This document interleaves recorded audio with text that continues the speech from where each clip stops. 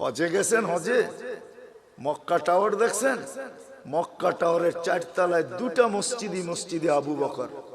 এই জায়গাটা ওনার ছিলেন, এটা ওনার প্রপার্টি। এই জন্যই দুনো মসজিদের নাম আবু বকর রাখতে বাধ্য হয়েছে, এটা ওনার প্রপার্টি।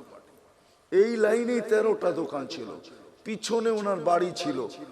থাকলে আমি দেখাইতে পারতাম ওনার বাড়ি কোনটা।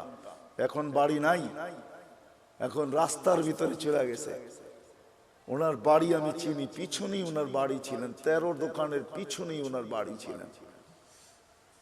13টা দোকানকে বিসর্জিত দিয়া সালার চট পড়ছেন। শুধু শুধু আল্লাহ সালাম পাঠান নাই, জীবিত দশায় সালাম পাঠাইছেন। জিজ্ঞাসা করছেন সবকিছু হারায় আমার উপরে নারাজ তো না? আল্লাহ জিজ্ঞাসা করছেন, আল্লাহ আবু বকর সবকিছু হারায় আমার উপরে নারাজ তো না? কে জিজ্ঞাসা করতেছে? হ্যাঁ,